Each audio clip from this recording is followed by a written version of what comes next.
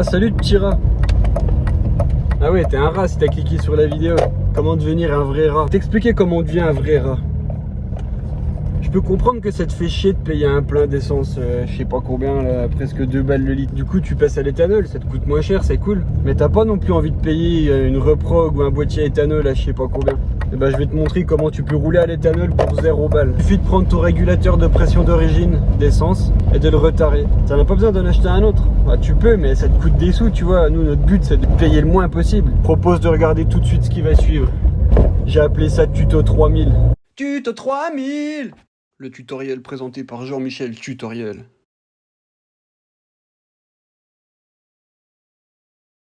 Premièrement, tirez sur la tirette du capot. La flèche vous indique où se situe la tirette. Ensuite, une tirette va apparaître. Soulevez-la. Sur cette photographie, nous pouvons voir que j'ai caché la marque du véhicule. Je ne suis pas sponsorisé par cette marque, je ne souhaite pas leur faire de pub gratuitement. Ensuite, vous pouvez, comme le voir indiqué sur cette photographie, 2 flèches indiquant des emplacements. Retirez les caches s'y trouvant. Ensuite, retirez les vis se cachant en dessous des caches plastiques. Une fois ceci effectué, nous voilà arrivés ici à la pièce maîtresse.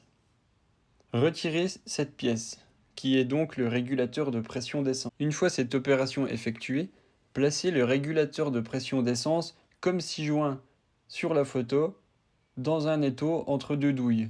Serrez délicatement le étau pour retarer le ressort à l'intérieur du régulateur de pression d'essence.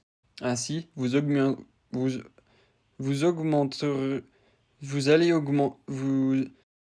augmenter la capacité de retenue de pression d'essence dans le régulateur. Vous allez ainsi régler le régulateur comme vous voulez le régler, comme bon vous semble. Tout en sachant qu'il faut régler le régulateur à 30% de ce qu'il peut régler d'origine. Vérifiez ensuite la pression que vous avez réglée sur votre régulateur de pression d'essence à l'aide d'un manomètre. Vous pouvez dès à présent replacer sur la voiture, sur le moteur, le régulateur de pression d'essence en suivant les instructions présentes dans cette vidéo dans le sens inverse du démontage. Nous pouvons désormais redonner le véhicule au client qui va aller effectuer un test routier sur route. Voilà, la modification est donc terminée. Donc pouvoir procéder à l'essai. Par contre, j'ai peur parce que c'est un véhicule de type propulsion, c'est-à-dire que ce sont les roues arrière qui motrissent. Mais il pleut et j'ai peur qu'au moindre petit coup de volant de travers, la voiture se mette à faire des dérapages, comme si on faisait des freins à main. Je suis pas très rassuré. On va essayer de faire doucement, mais elle devrait marcher un peu mieux que quand j'avais le plein d'éthanol sans modification.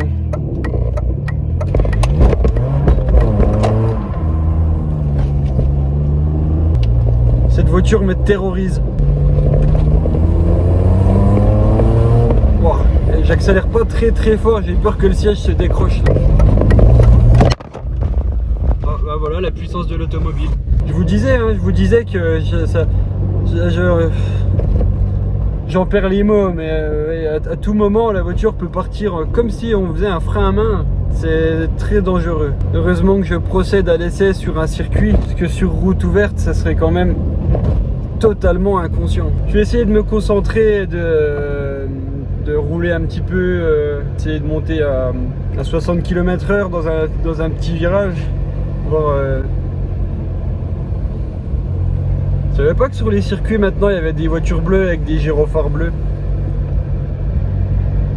Bon, je vais... À plus.